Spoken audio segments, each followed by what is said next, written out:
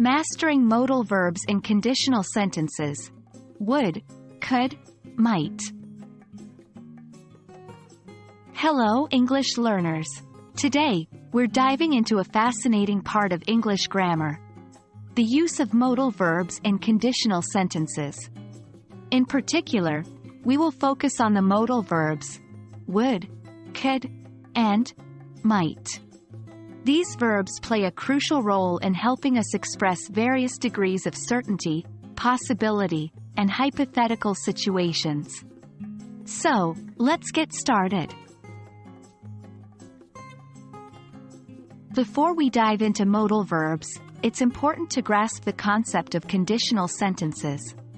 Conditional sentences are usually made up of two parts: the if clause and the main clause.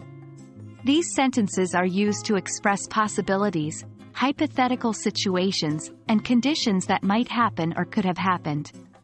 Example: if I work hard, if clause, I will succeed, main clause. Now, let's talk about our 3 stars of the day: would, could, and might. These are modal verbs that we often use in the main clause of conditional sentences. They help us express different degrees of likelihood.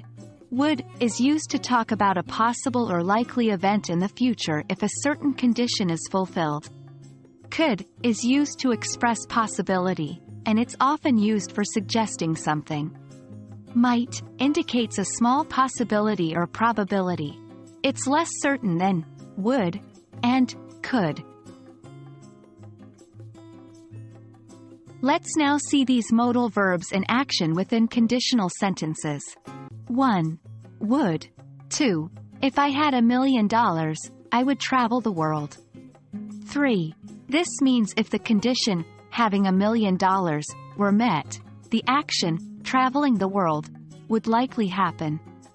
4. Could. 5. If you studied more, you could pass the exam. 6. This means if the condition, studying more, were met, there is a possibility that the action, passing the exam, could happen. 7. Might. 8. If it rains tomorrow, we might stay at home. 9. This means if the condition, it raining tomorrow, were met, there is a small chance that the action, staying at home, might happen. And there you have it, friends. Understanding and using modal verbs like would, could, and might in conditional sentences can greatly enhance your English expression. Practice using these in your daily conversations and writing, and you'll soon master them. We hope you found this video helpful. Keep learning, keep practicing, and we'll see you in the next lesson.